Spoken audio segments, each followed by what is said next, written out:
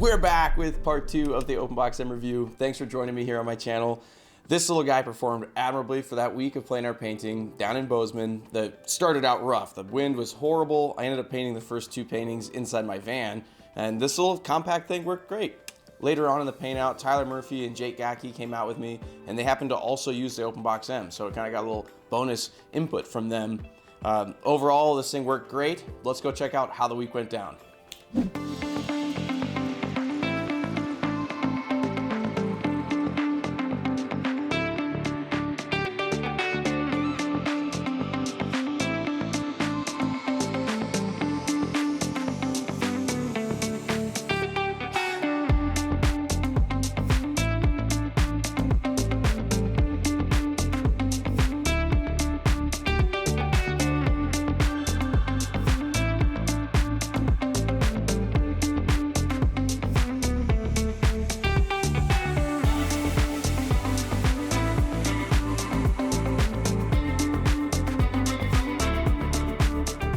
There you have it, a week of trials for this little thing. From situations as diverse as the back of my van to a 6-mile hike and paint, the portability was right on point. It has a tiny footprint both in my bag and out anywhere I set up on location. Again, the back of the van was a little cramped, and this could fit pretty easily. If you're in the interior somewhere, this would be a great little compact easel to use for that. With these additional workspaces, I was never cramped for room. They really did help though, so I recommend if you're gonna get a small format easel like this, these little additions are worth the money. It was great to be able to spread out with the paper towels, my palette, brushes, all that was really helpful. Compared to the old French easels, this thing is state of the art, but I will say there's some ways that the easel is showing its age. You know, the brass hardware here, which is a nod back to those old French easels, was a bit cumbersome and a little finicky to work with. It did snag on my gear quite a bit coming in and out of my bag. It's not by much, you know, you can see it just poking through. You know, these little bits, they really did get snagged a lot. And a comment I just got on my earlier video was to say, you know, putting this thing in its own separate bag, like a laptop sleeve or something like that, and then you can slide it in and out of your gear a lot smoother. So that's something I'll try for sure, because you certainly aren't going to get rid of that brass hardware. That is a part of the design. Now, more modern easels rely heavily on these neodyme magnets, or the rare earth metal magnet things. I don't know exactly what they're named, but these things are so strong. You know, they just really click together, and I don't think when this easel was designed in 1989, I don't think these kind of magnets were readily available. So you'll see that in the more modern designs, these magnets are a little bit more prevalent and definitely quicker and faster. So there's that to keep in mind. You know, with these drilled into the wood, they can kind of come loose. If the glue goes bad and these things disappear on you, you're out of luck. But this hardware here isn't going anywhere. They design it so that these threads are sealed up, so you're not going to have them unwind and disappear on you, which was what I was worried about. Definitely did not have that problem. You'd need a wrench to loosen those off of there, so that's a really great design implement that these guys thought of and solved that problem. All right, so in regards to the panel holding system, it did work really well. I never lost a panel. They could really get tightened down with these wing nuts. It was frustrating to do the wing nuts from behind. I realized I got confused a couple times, so I'd recommend adjusting it before you kind of set the easel up, so that you're not, you know, just reaching behind blindly trying to figure out where it goes, you know, these are going to slide to. That got me a little frustrated.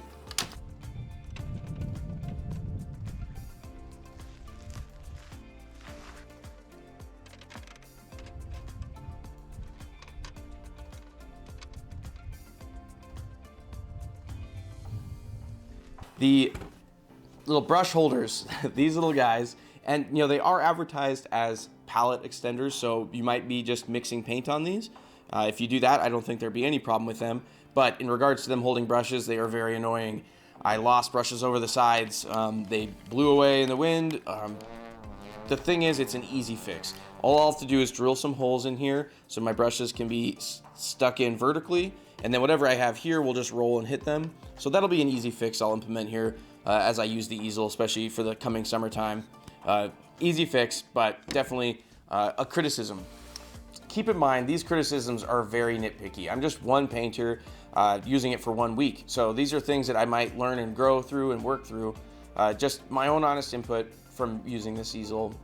Jake Gackey, who I painted with out there for a couple days, he's been using these for over 20 years. So we're gonna go look at what he had to say about him, and it's pretty much all good things. It is my go-to box. It's my favorite. Yeah, I love open end box. They're a great easel. They're durable, they're compact, they're lightweight, and they just do the job. What size is that one? This is an 11 by 14. Oh, nice. So you went for the bigger route, and you said you had a smaller one earlier? I had a 10 by 12 at one time for about almost 25 years, and it just gave out. And so when I got a new one, I decided to go with 11 by 14 to accommodate larger panels. Awesome. That's a sweet painting, Jake. Well, thank you. One of the stories he told me was that he met the makers at an art convention, and he had actually a corner that did come loose, and they had offered right there to either replace the easel or fix it. So these guys do stand by their products 100%, made in America. So this design is so reliable and so tough.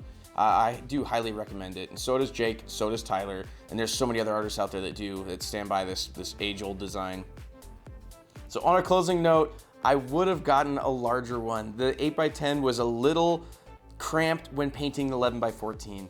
It was super awesome for the small pieces, and again, really easy to get around with and hike with, but working large, this palette zone did feel a little cramped. Maybe if you did mix paint on these, that would be a solution, but I use those for storage, so take that as you will. Another thing I would change is maybe to remove the glass palette, which is a little crazy for me because I've almost always painted on glass. But the wood will develop what Jake called a patina. You know, the oil will sink into that and create a really glossy, smooth finish. It takes years to do it, but it almost goes into that stamp of pride of using this easel a lot, getting that patina, working for it, but it's a lot lighter. This glass is heavy and it could break. There's faults with the glass too, you know. My problem is I leave the paint in there accidentally and then I have to cut it out and scrape it out. So if you're the kind of painter that can methodically clean their gear right after they're done painting, then just stick with the wood. You'll save yourself some weight, and it'll be a little easier long run. The glass though, that's just what I have in there for now. It's glued in, so maybe the next easel I'll stick with just the wood. Okay, for the final pros and cons, this easel is lightweight and it's portable. On the con side, it's a labor-intensive setup with a little snag-happy design features, but it's also reliable and made in America. The final con I could come up with was that these side trays need a little bit of help to hold brushes better. It's a pretty small thing. And finally, the aesthetics. This easel is a classic, timeless look. Overall, I give this easel an 8 out of 10, with of course the disclaimer that no 10 really exists. It's probably out there, but it's with the unicorns and Sasquatch. Thanks for watching, you guys. I hope you found the review helpful. Go check out their website. There's a link down in the description. And stay tuned for more review videos. I got more easels to do and more art videos coming up too. So thanks for being here. We'll see you next time. Happy painting.